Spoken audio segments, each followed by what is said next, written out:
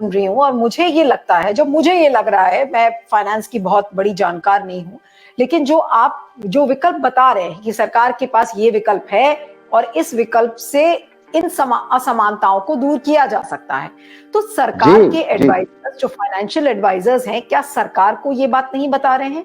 जो बात मुझे समझ में आ रही है कि ठीक है, ये ऑप्शंस अगर सरकार एक्सप्लोर करेगी तो इन विषमताओं को दूर किया जा सकता है। तो सरकार को क्या सही सलाह नहीं मिल रही है, या सरकार किसी न किसी राजनीति में पड़कर इन विषमताओं के बारे में कुछ नहीं करना चाहती, हाथ पे हाथ रखकर बैठना चाहती है?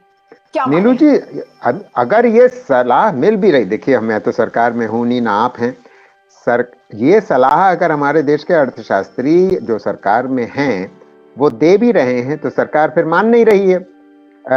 तो इसलिए देखिए हमारी क्या भूमिका है। हमारी भूमिका यही है कि हम ये इस तरह प्रकार के मुद्दे उठाते रहें जिसमें सरकार की हम मदद करना चाहते हैं, जिसमें हमारे देश का भला हो।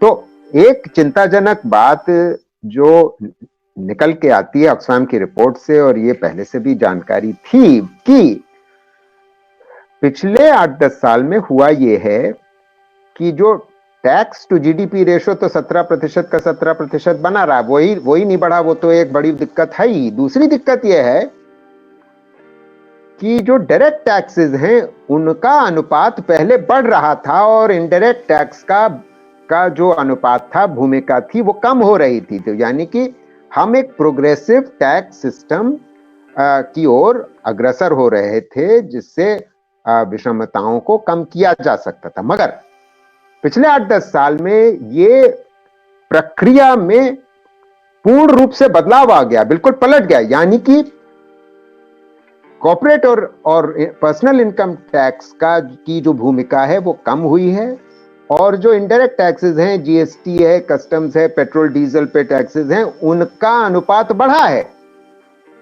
आप समझ रही हैं? तो यानी कि सरकार आम आदमी पे आघात कर रही है और जो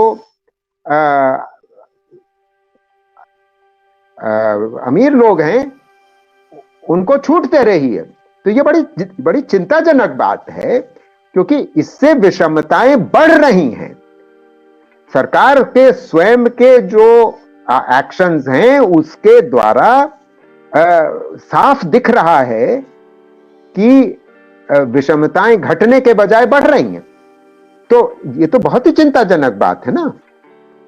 आज अगर आप बजट भी ज्यादा दूर नहीं है, 1 तारीख को बजट पेश किया जाएगा, और जिस तरीके से ये ऑक्सफैम की रिपोर्ट ही बजट के पहले आई है, तो आपको लगता है कि कोई सुपर रिच टैक्स या अनइक्वल टैक्स, जो भी आप उसको कहें, जिस भी परिभाषा में इसको देखा जाए, तो क्या सरकार इस तरीके का कोई एक टैक्स ला सकती है, एटलीस्ट अपना नैरेटिव बनाने के लिए कि देखिए हम अमीरों को छूट नहीं दे रहे हैं? संभव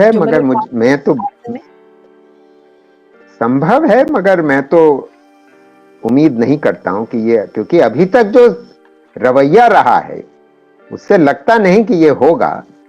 ना ही वेल्थ टैक्स आएगा, ना ही एक सुपर रिच पे पर्सनल इनकम टैक्स पे सुपर रिच पे लगेगा सरचार्ज, ना ही कॉर्पोरेट टैक्स पे एक सरचार्ज लगेगा, और ना ही पेट्रोल डीजल पे दाम गिराया जाएगा। वो शायद हो सकता है फौरी तौर पे टेम्परेरी पेट्रोल डीजल का दाम गिराया जाए जब कर्नाटक का इलेक्शन बिल्कुल करीब आ जाएगा।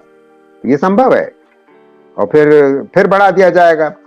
और क्योंकि देखिए, सरकार की अगर आमदनी कम हुई क्योंकि कॉर्पोरेट टैक्स कम हुआ, तो सरकार ने तो जैसे ये ऑक्सफैम रिपोर्ट कहती है, जीएसटी की रेट्स कुछ चीजें बढ़ा दी और दूसरे पेट्रोल डीजल का दाम बढ़ाते चले गए, क्योंकि उनको अपना भरपाई तो करनी है ना किसी तरीके से।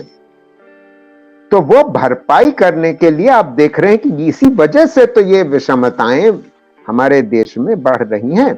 तो अब अगर ये रवैया रहा है पिछले कई सालों से, तो अब एकदम से कोई सरकार यू टर्न कर देगी, मुझे तो कोई खास उम्मीद लगती नहीं है।